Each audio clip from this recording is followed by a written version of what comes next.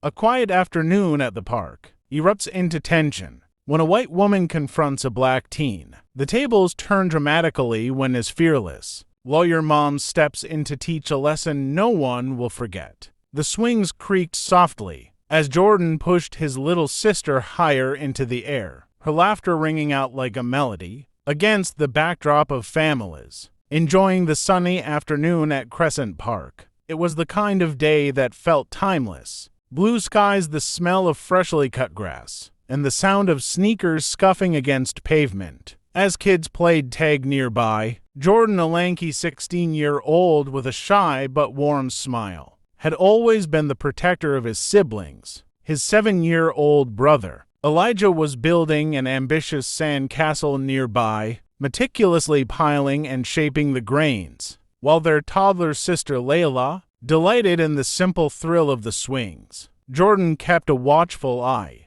making sure everyone was safe and happy. Across the park, a middle-aged woman walked her fluffy white terrier, her sunglasses perched atop her head, and a scowl slowly forming on her face. Her name wasn't important, but her demeanor spoke volumes. She scanned the playground like a hawk, her gaze landing on Jordan and lingering there, as though something about the scene didn't sit right with her. Jordan didn't notice her at first. He was too busy laughing at Layla's attempt to touch the sky with her toes. Elijah called out to show off the castle's newly built moat, and Jordan gave him a thumbs up. Life felt simple in that moment, until the woman took a step forward. Her heels clicked sharply on the pavement. As she approached, the sound cut through the cheerful din of the park, making Jordan glance up. Something about her posture, a stiffness in the shoulders, the purposeful stride set off an internal alarm. He quickly dismissed it,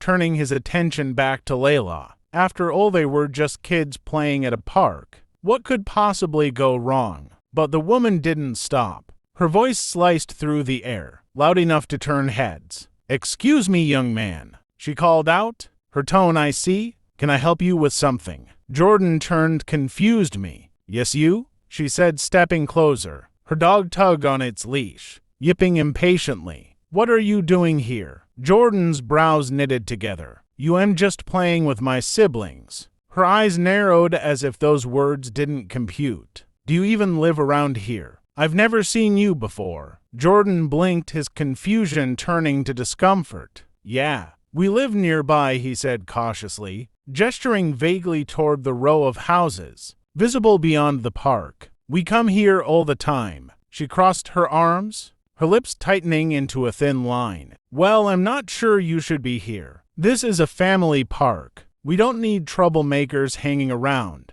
Her words hit like a slap. Trouble. Jordan wasn't sure if he heard her correctly. He glanced at Layla, who had stopped swinging, her innocent face shadowed with confusion. Elijah looked up from his castle, his small hands frozen mid-pat. Jordan took a deep breath. "Ma'am, we're just here to play, that's all." But her expression didn't soften. Instead, she took another step closer, her voice growing louder. "I think you need to leave now." A few heads turned in their direction, the chatter of the park fading slightly. As people noticed the exchange, Jordan's heart raced. He wanted to say more, but the weight of the moment pressed down on him, making it hard to find the right words. And then in the distance, he spotted a familiar car pulling into the parking lot. Relief washed over him as his mom, Monica, stepped out, her commanding presence immediately noticeable. She glanced across the park, her sharp eyes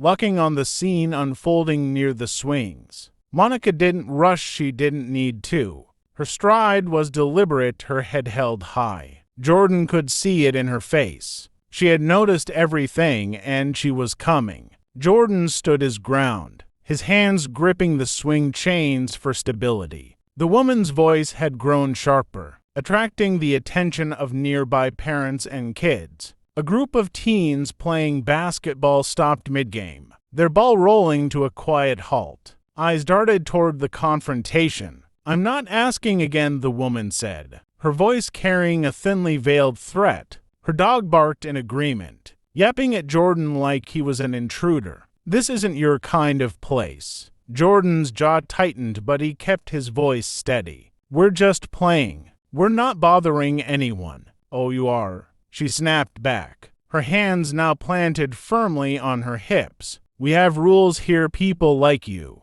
She stopped herself mid-sentence, realizing she had spoken too plainly. Her cheeks flushed, but the stubborn tilt of her chin remained. "Look, I'm just saying, it's best you leave before things get complicated." Jordan's chest tightened. The coded language was all too familiar, though he'd never experienced it this openly. He glanced at Elijah, who stood frozen by his sand castle, his tiny fingers clenched into fists. Layla, still on the swing, stared wide-eyed at the woman, her innocent face etched with confusion. "I don't understand," Jordan said, his voice faltering but resolute. "What did we do wrong?" Before the woman could respond, a voice cut through the tension like a blade, clear and commanding. "Excuse me? Is there a problem here?" All eyes shifted to Monica, who now stood a few paces away. Her presence was magnetic, her tone carrying an unspoken authority. She wore a fitted blazer over jeans,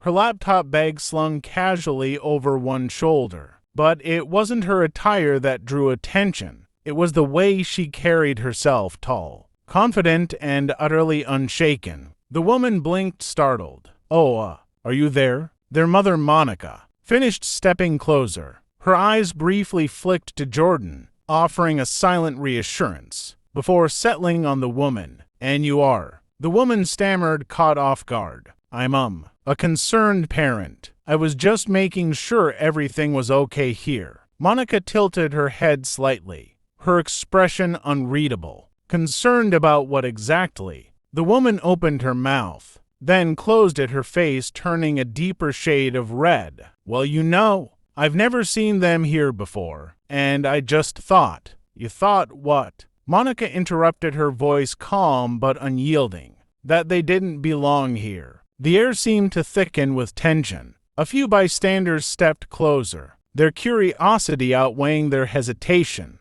Whispers began to ripple through the small crowd. The woman straightened her shoulders, attempting to regain her composure. "Look, I'm just looking out for the community. We've had issues before, and Issues?" Monica repeated, raising an eyebrow. "What kind of issues?" The woman faltered, her confidence slipping. "You know, with outsiders." Monica's expression didn't change, but her eyes sharpened. "Outsiders," she said slowly, as if tasting the word. "So because my son and his siblings don't look like you, they must be outsiders." "I didn't say that." The woman snapped, her voice rising defensively. "You're twisting my words." Monica took another step forward, her voice steady and deliberate. "Am I? Because that's exactly what it sounds like to me, and to everyone else here." The murmurs grew louder. A man with a stroller stepped closer, nodding subtly in agreement.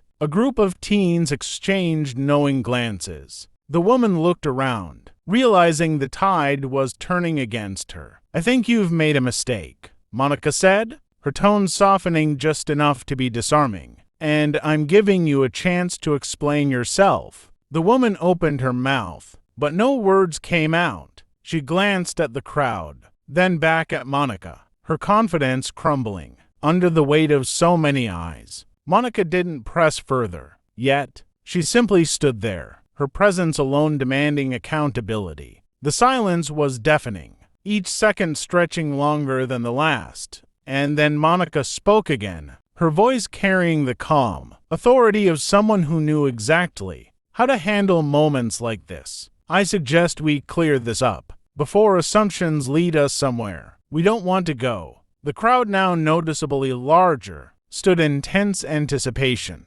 Monica's words hung in the air, their weight pressing down on the woman, whose earlier bravado had shriveled into visible discomfort. Jordan could feel the shift. His mom had taken control of the moment, without raising her voice, a skill he admired and often marveled at. Monica turned briefly to Jordan, her gaze warm but purposeful. "Are you and your siblings okay?" she asked, her voice softening. Jordan nodded. "We're fine, Mom." His tone was steady, but there was an undercurrent of relief in his words. "Good," Monica said, then turned her attention back to the woman. Her expression was calm, almost disarmingly so, but her eyes told a different story. They held a sharpness, a clarity that conveyed she wasn't here for small talk. The woman fidgeted with her dog's leash, avoiding direct eye contact. "I didn't mean anything by it," she muttered, her earlier confidence now replaced with a defensive whine. "I was just trying to make sure everything was okay."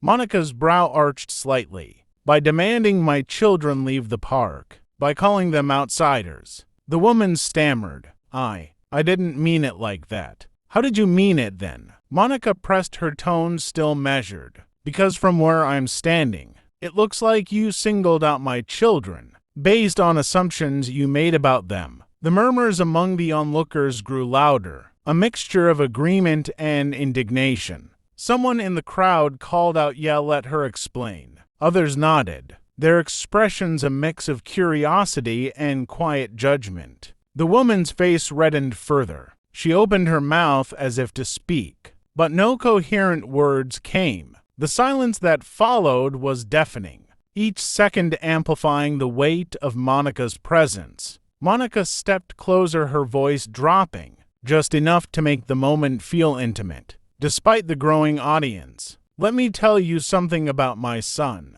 she said, her tone shifting slightly. "Jordan is an honor roll student. He volunteers at the community center every weekend. He's the kind of young man who looks out for his little brother and sister, who makes sure they're safe and happy." Jordan felt his chest swell with a mix of pride and embarrassment. He hadn't expected his mom to share that, but in the context of this moment it felt powerful. Monica continued, her gaze steady on the woman. "So when you look at him, what exactly do you see?" "Because I see a young man who deserves to enjoy this park just as much as anyone else here." The woman looked like she wanted the ground to swallow her whole. Her eyes darted toward the crowd, which had grown increasingly unsympathetic. A few parents whispered to each other, their disapproval clear. Even the teens by the basketball court, who initially watched with casual curiosity, now seemed engaged, their folded arms and narrowed eyes.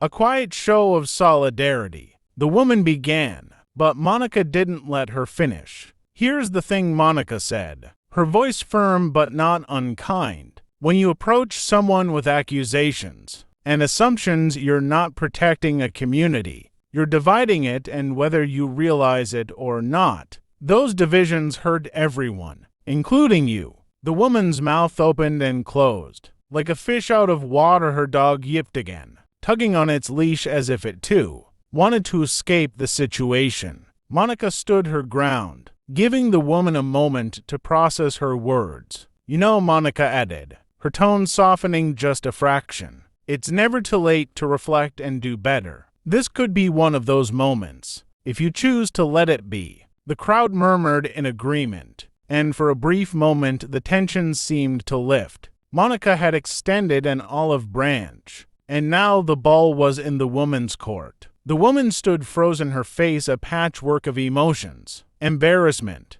frustration, and something that looked a lot like shame. The crowd watched her, waiting to see how she'd respond. Monica's words had hit their mark, but whether they take root was another matter entirely. The silence stretched until the woman finally managed to speak, her voice shaky but defensive. "I wasn't trying to cause trouble," she said, though the conviction in her tone had evaporated. "I just thought, with everything you hear on the news these days, you can't be too careful." Monica tilted her head slightly, her expression unreadable. "Careful about what? Kids playing on swings? A teenager building a sandcastle with his siblings? Or does your caution only apply when it comes to families like mine?" The woman flinched, her lips pressing into a thin line. "That's not what I meant," she muttered, but the words sounded hollow, even to her. "Then what did you mean?" Monica asked, her voice steady. "Because the message you're sending to my children,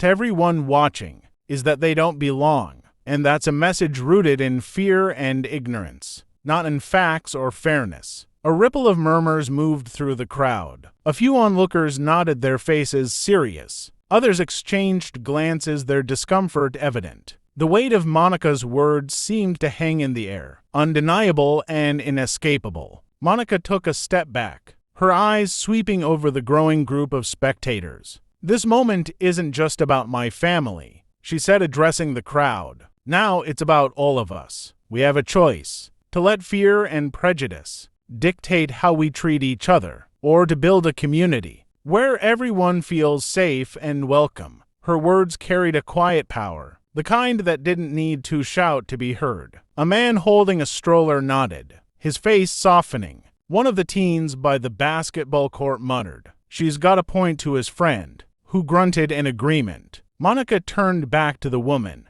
her tone gentle but firm. "I'm not asking you to be perfect," she said. "I'm asking you to think about the impact of your actions, to ask yourself why you felt the need to approach my son, instead of simply letting him and his siblings enjoy their afternoon." The woman's shoulders sagged slightly. For the first time she looked at Jordan, not with suspicion, but with something closer to recognition. Her dog whined, pulling on its leash, as if sensing the shift in the atmosphere. I'm sorry," she said at last, her voice barely above a whisper. "I didn't mean to upset anyone." Jordan stared at her, his expression a mix of surprise and cautious relief. Elijah, who had been quietly clutching his bucket of sand, finally relaxed his grip. Layla, still on the swing, looked to Monica with wide, trusting eyes. Monica nodded, acknowledging the apology, without letting it completely absolve the moment. "Apologies are a good start," she said,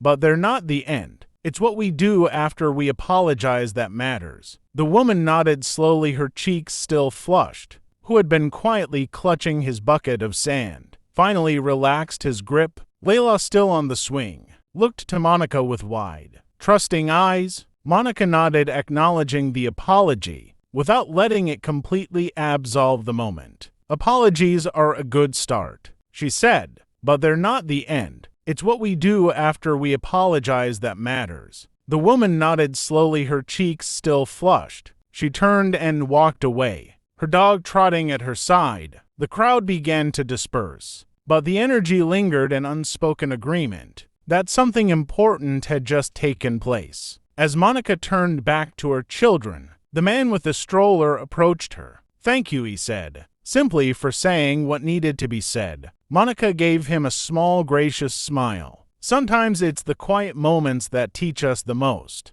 Jordan stepped closer to his mom, his voice low but steady. "Thanks for coming when you did." Monica placed a hand on his shoulder, her touch both grounding and comforting. "You handled yourself well," she said, "but I'll always have your back." The sun had begun to dip lower in the sky, casting a warm golden hue over the park. The tension that had gripped the area was gone, replaced by a quiet hum of activity. As families resumed their afternoon routines, Jordan stood next to his mom, watching Elijah return to his sand castle, and Layla kick her legs on the swing again, their earlier unease melting away. Monica knelt down next to Elijah, admiring his work. "That's a pretty impressive moat you've got there," she said with a smile. Elijah grinned, his face lighting up. "It's going to be the biggest castle ever, Mom." "I believe it," Monica replied. She ruffled his hair gently, then stood turning back to Jordan. "You okay?" Jordan nodded, though the weight of what had happened lingered in his eyes. "Yeah. I mean, it's not the first time, but it's the first time someone came at me like that." Monica's expression softened, her heart aching at the quiet resignation in her son's voice. "I know," she said, "and it's not fair. But what you did, standing your ground, staying calm, that's strength, Jordan, and it matters." Jordan shrugged. "I just didn't want to make it worse." "You didn't," Monica assured him, "and what you did gave me the chance to step in and make her and everyone else think. Change doesn't happen overnight, but moments like this, they plant seeds." Jordan considered her words, then nodded slowly. "I guess." Monica placed a hand on his shoulder, looking him squarely in the eye. "You're going to face moments like this again. I wish you didn't have to, but you will. And when you do, Remember that your worth isn't up for debate. Not with her. Not with anyone. Her words seemed to resonate, and Jordan stood a little taller. Thanks, Mom. As they gathered their things to leave, a woman approached hesitantly. She was younger than the first woman, her toddler perched on her hip. I just wanted to say, she began, her voice tinged with uncertainty. I'm sorry you had to go through that. What you said back there, it really opened my eyes. I'll do better to make sure my own son grows up, treating everyone with respect. Monica smiled warmly. Thank you for saying that. It means a lot. The woman nodded and walked away, leaving Monica with a sense of cautious optimism. She knew that real change took more than one afternoon, but even a single ripple could start a wave.